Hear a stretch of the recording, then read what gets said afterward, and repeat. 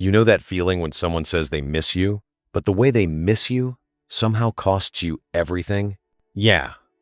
That's pretty much how my sister managed to flip my whole life upside down and somehow still made me look like the villain. And just so you know, if you think your family has guilt-tripping superpowers, wait until you hear mine. So, here's how I ended up living in my sister's house, taking care of her kids for free like some kind of overworked, sleep-deprived butler, and how saying no turned me into public enemy number one in my own family. I guess the best place to start is with the fact that my sister and I weren't ever super close. We weren't enemies or anything, just two people with wildly different lives. She had kids early, I didn't. She liked chaos. I liked peace. She stayed close to our parents. I moved out the second I turned 18. You get the idea.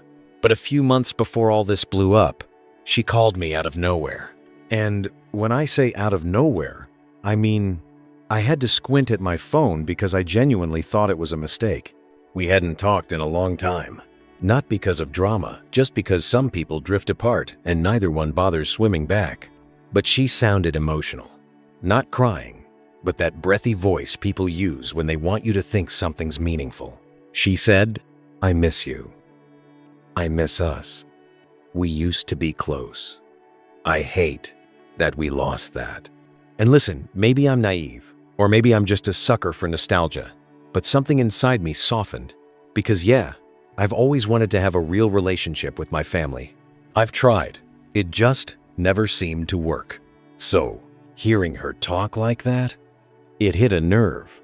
She said she wanted us to reconnect, be there for each other, rebuild the bond. All those nice family hallmark phrases that make you imagine cooking dinners together and laughing in the kitchen like a commercial for antidepressants. Then she said something that should have been a red flag the size of a football field, but I was too sentimental to see it. She said, "Why don't you come stay with us for a while? We have the space. The kids would love to see you more." Did I think that was strange? Yes. Did I question it? Not enough. I'd been dealing with a crappy apartment situation at the time, so the idea of temporarily staying with family sounded convenient. Plus, I actually liked her kids. They're good kids. Loud, but good. So I said yes. And I swear to you, the very moment I put my suitcase down in her hallway, something shifted. Like the tone of the entire house changed. And slowly. So slowly I didn't even notice it at first. I went from temporary guest to live-in unpaid labor. The first week wasn't terrible. Kinda cozy, actually. The kids were excited I was there. My sister cooked dinner a few nights. She asked about my life, which shocked me, because usually she didn't even pretend to care. But then life reminded me, it loves plot twists. One morning, she couldn't find her babysitter. Then the next day, she was running late for a work meeting. Then the day after that, she didn't want to wake the kids early. Small things. Little requests. Could you take them to school just today? Could you watch them for an hour until I get back? Could you pack their lunches? You do it better. Is was braided of the faced. Could you fold this laundry while you're here? At first, I didn't mind. I figured she needed help. Families help each other, right? But around week 3, something snapped into place, like I finally zoomed out and saw the bigger picture. Every single day, I was the one. Cooking breakfast, getting the kids dressed, doing school drop-offs and pickups, helping with homework, cleaning the kitchen, taking out the trash, doing grocery runs, handling bath time, putting them to bed. Oh, and she had also started handing me her Amazon packages and telling me to return this if it doesn't fit. Not because she's disabled, not because she's sick, just because I was there. I wasn't staying with family. I was running her household. And the worst part? She acted like this was the plan all along. Like she had just unlocked her own personal free childcare expansion pack. If I ever hesitated, she'd hit me with the guilt-tripping greatest hits. You know I can't do everything alone. The kids love you. Do you want to disappoint them? You said you wanted to reconnect. This is what family does. You're making me feel like a bad mom. Can't you be supportive for once? That last one landed like a punch. For once, as if I hadn't spent weeks doing everything short of filing her taxes. But guilt is powerful, and when you grow up in a family where saying no is treated like a felony, it's hard to break that pattern. So I stayed. I helped. I overstretched myself until I was running on caffeine and obligation, and she took it all for granted.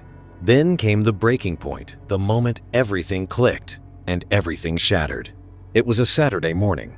I had been looking forward to sleeping in for the first time in ages. But at 6:10 a.m., one of the kids was shaking my arm, whispering, "Mom said you're making breakfast."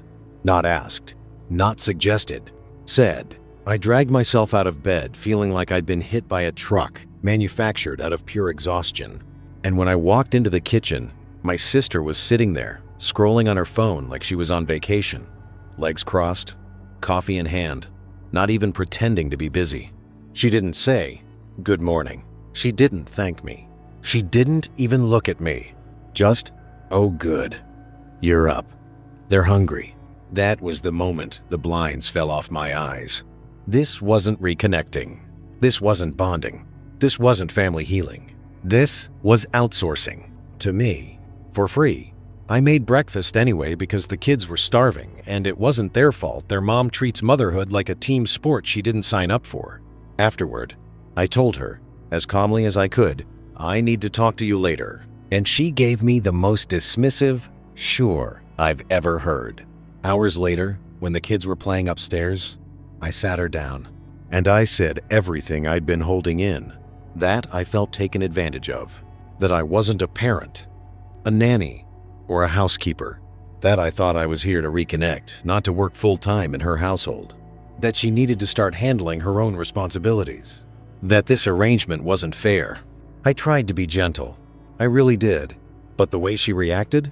Oh man, she didn't apologize. She didn't acknowledge a single thing I said. She didn't even look confused. She looked offended, like deeply, theatrically offended. She said, "So you're really going to abandon us? Again? I thought you wanted to be part of this family. I can't believe you're doing this to me. You always bail when things get hard. I knew I shouldn't have trusted you. You're selfish." Selfish. Because I didn't want to be free childcare. Selfish.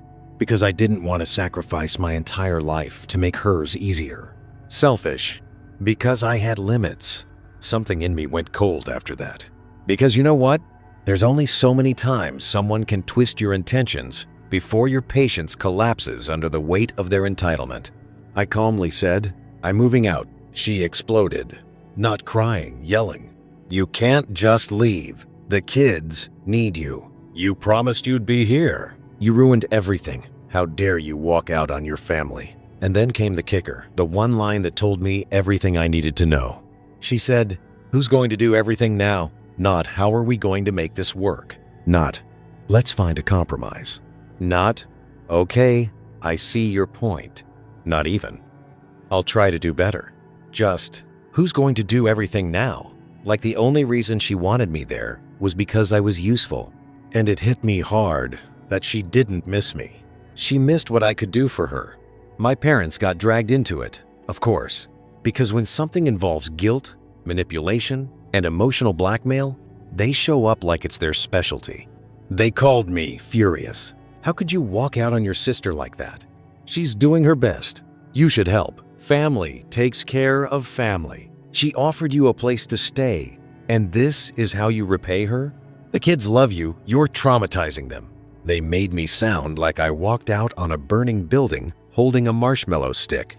No one wanted to hear my side. No one cared that I was exhausted, drowning, overworked, and miserable. All they cared about was that my absence created more work for my sister, which, honestly, tells you everything you need to know about how our family operates.